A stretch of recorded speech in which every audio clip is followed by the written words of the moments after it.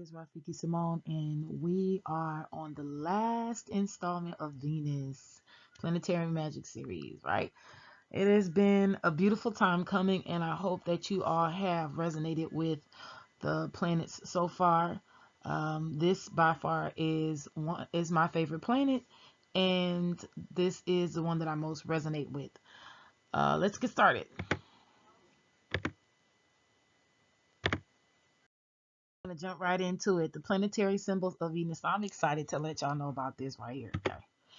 So we know that this typically is the sign that you see when you go to the bathroom, right? So remember, that's what I said. This is Venus planetary symbol for femininity.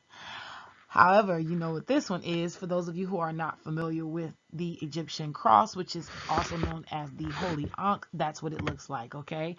It's a symbol, it's an Egyptian symbol known for eternal life. It's also known as the key of life, which is uh, strongly resembles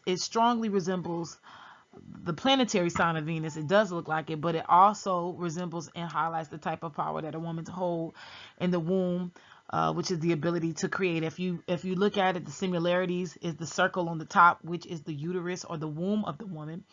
The two arms that come out on the side is the fallopian tubes, and the vertical line, which goes from up to down, is the vaginal cavity or the vaginal walls, birth canal, in which the child will pass through.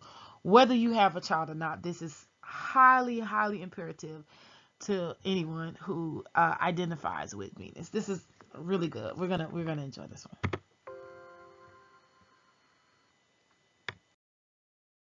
All right, the Hebraic name of Venus is known as Nitzach. Okay, Nitzach. You can say it like that, Nitzach. Just make sure you ain't spitting on nobody. Nitzach. Okay. It is known as the right hip of the tree on the Sephiroth, aka the tree of life. So when you see it and you see the spears that are on the Kabbalistic tree of life, it is going to be on the lower right hand side. I do believe that it's under Kalsid or Kalsid, and it does symbolize eternity, victory, and endurance. Let's go to the next slide.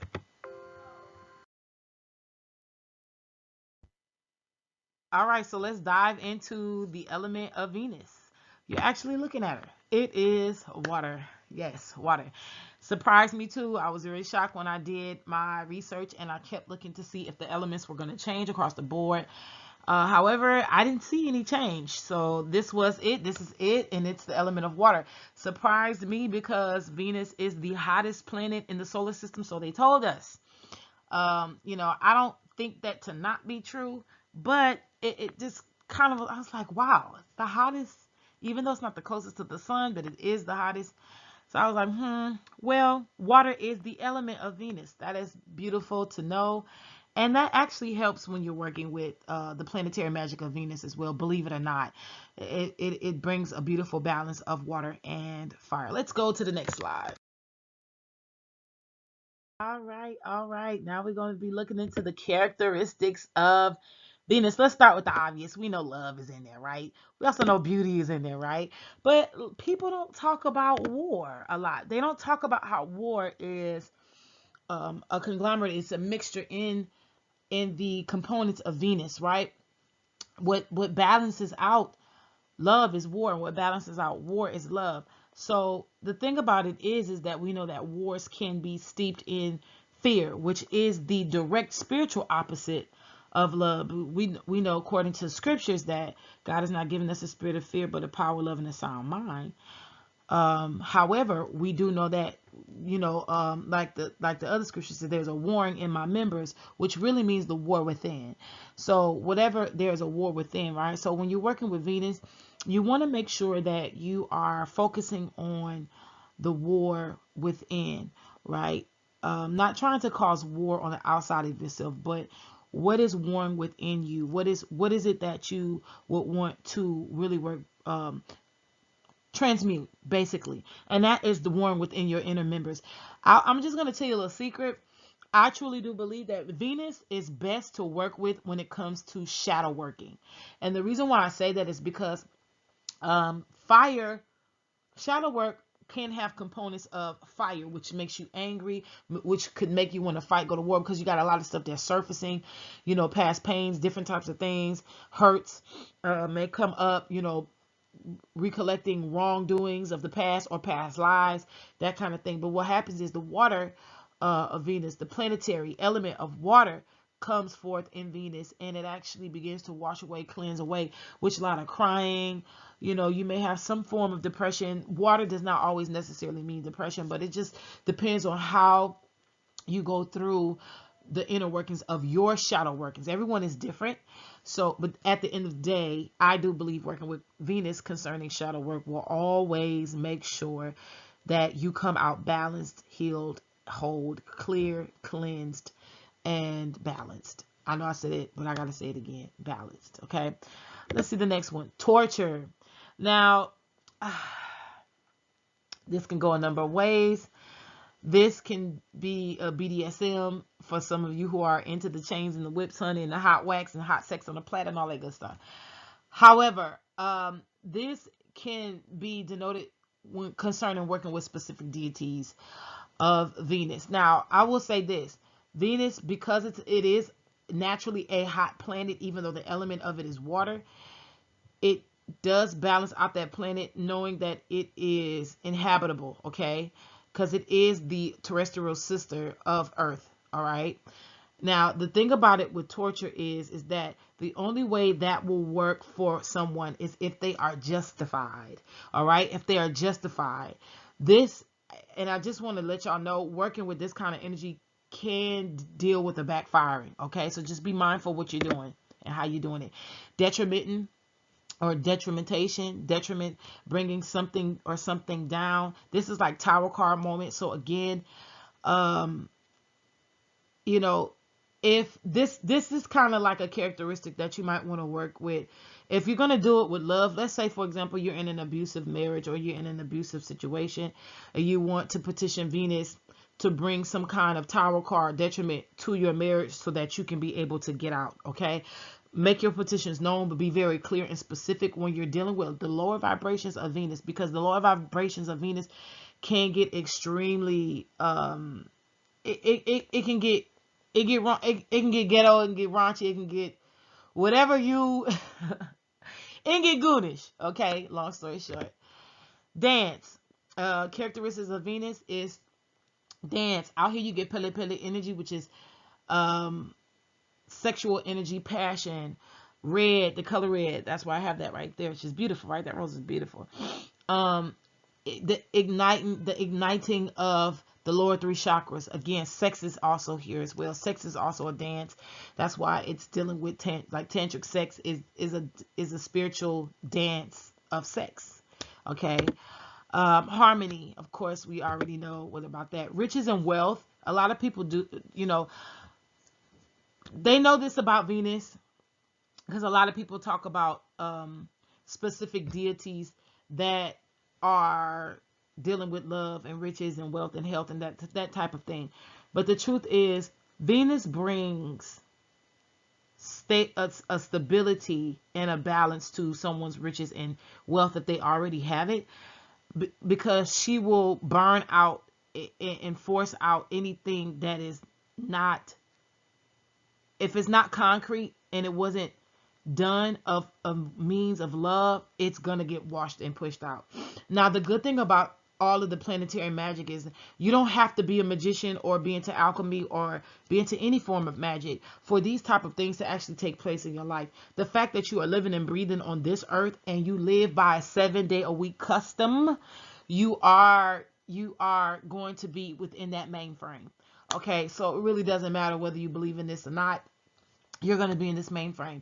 If you like your fire days, of course, that's what it is. These planets are, we're going to start seeing more and more of these planets actually like take account of our everyday life, and it's going to be the better for some, it's going to be bad for others, because as long as you live in your life peacefully in the right standings with love and alignment with the true source, which is love, whomever you call God, this is going to do you well, because it's going to help you be better. It's going to help you create things that's going to be more stable and help you last longer. The other thing is it's going to Make sure that you're pushed along purposefully in love and protection. Okay. For others is the opposite. You can expect the opposite. All right. Happiness is here on the board. Charm. You want to do a little charm over yourself, honey. You ain't feeling too hot when you woke up this morning, honey. You want to go ahead on and feel like I'm too hot to try instead of I'm not hot to try. You better go ahead and put a little charm on you. I do suggest that you do this like within baths and lotions, or like your shower. If you don't know how to mix up things, you can like visualize your showers becoming of like a golden ray. Listen, this is no pun intended with the whole golden shower thing. Please, please, please, please, please. Get your mind out the gutter. I heard you. I heard you. So what you want to do is you want to like visualize something really beautiful or sweet coming out of like your shower head. If you like to take showers, or you want to visualize the same thing, if you want to do baths, by the time you come out, you just keep saying, I have a sweet smelling fragrance and a sweet smelling aroma over myself. That kind of thing. If you can be that visual, or you could just simply speak over yourself every day, that'll work as well. Lust. Okay, everybody need a little lust in their life. Now, let me tell you the good part about lust. I know there's always a negative connotation about lust. We know that lust is allegedly, supposed to be one of the 7 deadly sins. This is when it's in a negative connotation, okay? Now, I will say this. Lust can be used in certain ways that can help you, okay? It can be used in certain ways that can help you. All right.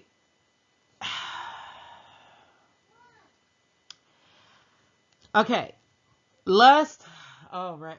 Listen, this is for me. This is a little bit I'm on the fence, because I'm not a stranger to who watches me. Okay, I know there are certain people who watches me just to be able to try to use this stuff, and I can't control how y'all use this information. There's certain things that I like to keep to myself, because I know that once you put it out there, it is going to be some other type of shit, right?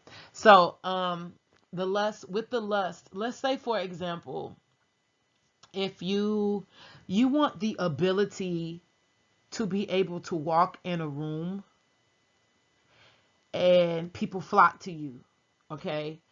Remember, because lust is one of the deadly seven sins, allegedly, supposedly. The reason why I'm saying allegedly and supposedly is because we always focus, when something is made a negative connotation, we usually just go ahead and just leave it at that. We don't ever look at if there's any positive aspects of the negative. What's the polarity of the negative that we already know. And what I firmly believe with lust is lust can be, the reason why it can be extremely dangerous to work with is because whatever you attach that lust to, it's going to be extremely powerful. It can almost be overpowering if you're not careful.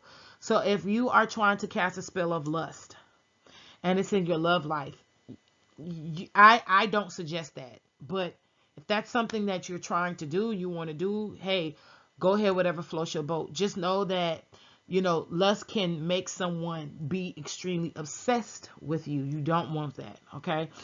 Let's go to the next one. Bliss. Bliss, bliss, bliss. This can be nirvana, reaching enlightenment as well, not just sexual or passionate bliss. Okay, this could be spiritual bliss as well. Literature. If you are somebody who wants to be able to dive in literature, you can use Venus for this. You can conjure a Venus for performing arts as well, for luxurious life. It is important to know that the Mermaid Kingdom origins are attached and tied to Venus. I thought that was beautiful. Let me say this about lust before I go forward. Lust is something that you want to respect, okay? You don't want to play with it lightly. Anything that I'm telling you, you don't want to play with it lightly. But in all things, you must approach it with respect. Don't ever think that you are so high and mighty that you can put a reign over these entities' necks, okay? Because the moment that they see that your heart is not right, even though they may be of a low vibrational entity, they're not gonna they're going to let you work with them for so long or give you the illusion, whichever one. And then they are going to go ahead and destroy you. Okay. So for those of you who really want to work with lust, just be careful how you want to work with it and see where it brings you. Okay.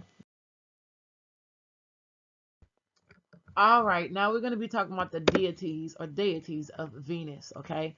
Try to stay within the guidelines of what I'm giving you. Try not to go outside of what I'm giving you on this slide presentation, because working with energies and deities, even the characteristics of Venus, can it can do you harm if you're not careful. Okay, I'm giving y'all very safe and clear boundaries, rules, and guidelines on how to work with Venus. This is kind of one of the reasons why out of all of my other slides, this one is formulated a little bit more differently so that I can be able to help you as best as I can. Okay, for your highest good, I promise you.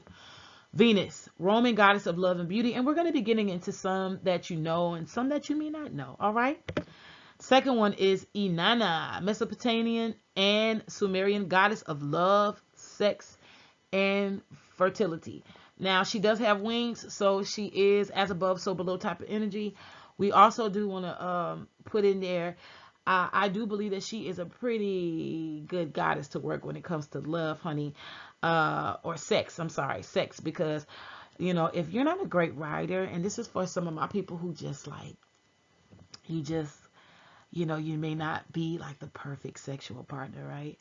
But the truth is, you want to be able to learn how to please your other partner. So let's say my divine feminines, right, out there, my sisters out there, no matter what culture, creed, or religion you're in. If you're rocking with me, you a sister. So let's say, for example, you know that you're not that great of a writer, or you don't really know how to give fellatio well, right? Giving head. You can work with Inanna, and she can be able to actually give you some pointers as you go, honey. So yeah, that's for some of y'all, my dirties out there. Y'all ones that's putting that work in. You know what I mean? All right, next. Lilith. Now, this is a different energy to work with, because we know that Lilith has been demonized, bastardized, and it basically pushed out. And that was because of man, right? That I can get it. That's a whole different presentation, right? Lilith, you can work with Lilith on behalf of Venusian energy for expansion and movement. She keeps things moving. She's also a winged goddess. Um, you want to keep this, you want to keep her energy around as far as like anything that you want to move and expand, especially in your career, even in your love life or whatever.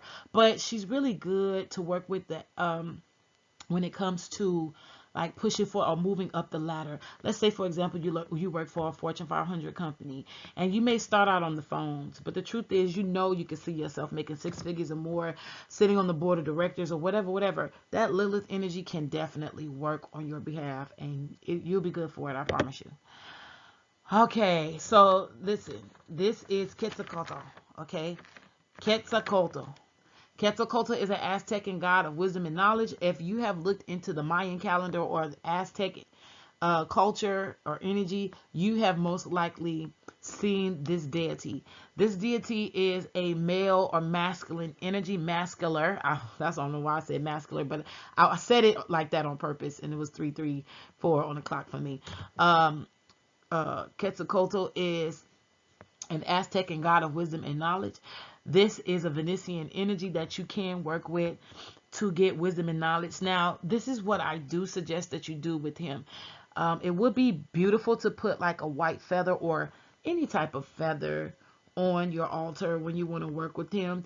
He does like feathers. You're going to find that some or most Venusian gods and goddesses, deities are feathered, okay?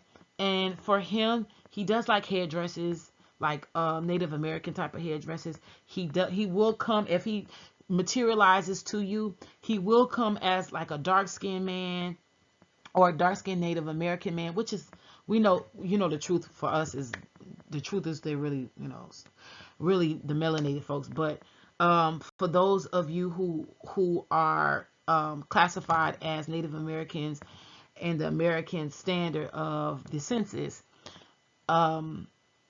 he may appear to you as a darker skinned Indian who is a shaman or has shamanistic like qualities. This could be somebody who could also wear the color purple or be in a purple energy or purple aura, that kind of thing. Most likely he can take the form of, or will take the form of a masculine energy. However, he can resonate with feminine energy, feminine qualities. That's if he wants to. But this particularly, you might want to put, again, whatever air energy, element you want to put out there. Okay, if you do want to work with him and you don't have a feather, make sure you have some rose incense, or you could put some roses out there. He does like roses. Okay, Freya, Miss Friday, she is the Norse goddess of motherhood, clairvoyancy, prophecy, and marriage. I suggest that you look into the Norse mythology and the culture, because you can respect them more. I know that a lot of us melanated people don't really talk about deities and energies outside of us. But Freya, I know that she's a really great energy, loving energy to work with. She is fierce though. She does protect whom she loves. So again, remember, all these deities of Venus are going to be fierce protectors. A lot of people just fall into the love aspect and the sex aspect, but all of the deities of Venus are fierce protectors. They do not play, and they will shed blood and will show no mercy if they don't, if that's not what required of them to show mercy. They won't, because for any Venusian deities to be able to work on behalf of those whom they favor, if they have to do anything that is opposite of love, it's because it was warranted, and they have the rite of passage to do that. Okay, so Freya, you may want to put out some, like a wooden horse type of thing, if you find a wooden horse or something like that. But again, you may want to call on these energies and deities if you see anything or any deity from this particular list that you want to work with, and it calls out to you, they call out to you, whatever deity, you may want to work with them according to how they call out to you. Okay, this is going to help strengthen your intuition as well. Aphrodite, the common Grecian goddess of pleasure, love, beauty, sex, passion, and parties and social gatherings. Now, one of the reasons why I did add her is because a lot of people don't know the last part of her energy, which is she is the goddess of parties and social gatherings. If you really want to make a party pop, you will want to go ahead and call on your girl Aphrodite. She is that chick. You hear me? You feel me? When dealing with her, I do suggest that you may want to work with Rosemary. Rosemary actually keeps things calm, because she can be a little bit overwhelming, because she is loving. But she does like to be a little bit over the top, because she is the life of the party. However, people who usually have the righteous discernment, they can receive her even in her over the topness. She does like she likes dramatics, but she's not drama filled. Okay. Again, anybody who has the right discernment, they will discern her correctly, and they'll let her be her. And she in turn always will let someone be themselves, which is why she is the life of the party. Okay, let's go to the next one.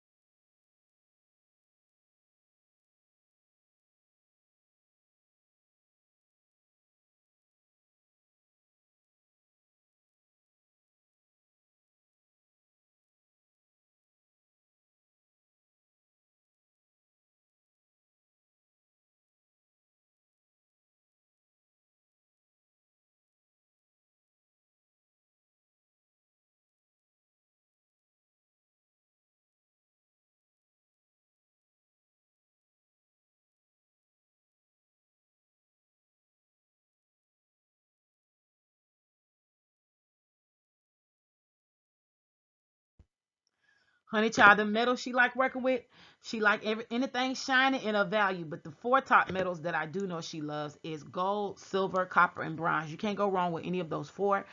Just know that in bronze, look, don't sleep on bronze, baby. When I say bronze, you also can include brass in there. Okay, I know I didn't put it up there, but brass is also good to work with when it comes to Venus. But gold, silver, copper, and bronze is totally for Venusian energy. Okay, now we have the crystals and gemstones that she loves to work with, which is emeralds, diamonds, jasper, malachite, moldavite. The soul below is the jasper. The moldavite is as above. Okay, we know that moldavite comes from the heavenly realms, the celestials. It's given to us as gifts from the gods to help us climb higher and higher and higher in the ladder concerning upgrades and healing. Okay, upgrades and healing. All right, jasper is what's going to keep you grounded. It's what's going to keep you safe, protected, and also connected to the earth. The earth, right? So, all right, let's go to the next one, y'all. We got some more good stuff coming. All right, beautiful ones, let's dive into the chakra connection to Venus. You already know what time it is. You already know who it is. So, yeah, I forgot to put the other ones in. Don't worry about it. Yes, the heart chakra is the corresponding chakra for Venus. However, what makes the heart chakra connection to Venus so special is this chakra is the energetic bridge between the lower 3 and the upper 3 chakras. Okay, we know that the heart chakra is what sits directly in the middle of all 7 chakras. Okay, so we know that the lower ones, which is the root chakra, the sacral chakra, which is below the navel, and above the navel is the solar plexus chakra. These lower 3 chakras is what helps you in the physical world. Your instincts, your will, your power, your mind, also your emotions is here, and also, believe it or not, your intuition starts in the gut. So this actually getting the energy from the heart chakra will help keep this balanced and clear and cleansed, as long as your heart chakra is clear and cleansed and balanced, right? The upper 3, which is the throat,